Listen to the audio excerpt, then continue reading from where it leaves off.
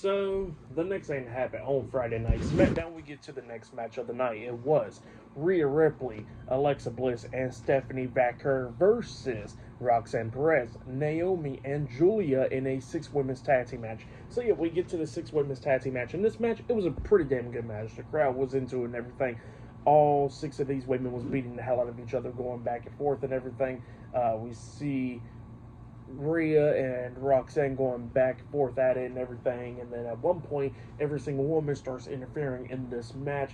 Naomi gets knocked out of the ring. Stephanie Vaquer gets knocked out of the ring. We see Alexa Bliss hitting the Sister Abigail DDT onto Giulia, taking her out for the rest of the match.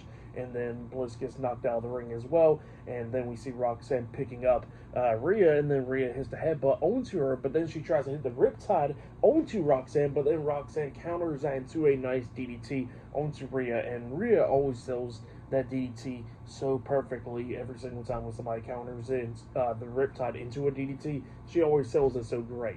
But yeah, Roxanne and Rhea was knocked out on the mat and all that stuff. And then we see at one point Roxanne trying to tag Naomi in because Naomi got back up on the ring apron, but Naomi jumps off the ring apron and she walks away, and Roxanne, is now all alone because Giulia is laid out and Naomi decides to walk off.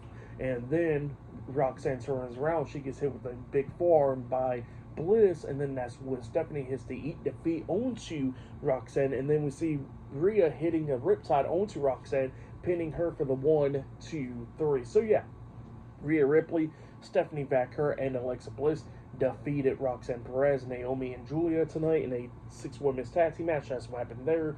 Great match though. For that match, I'll give it 4 stars as well. I'll give it a great 6 women's tag team match. But yeah, then after that match ended, we see backstage Solo Sikoa and JC Mateo talking backstage.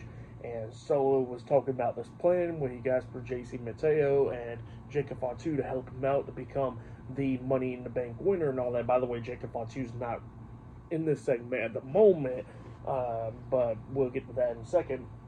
So yeah, Solo Sikoa was talking about all that stuff. And then JC Mateo was telling Solo, like, hey, do you think you can actually trust Jacob Fatu? Because he says that he can't trust him. So yeah, that's what he tells him.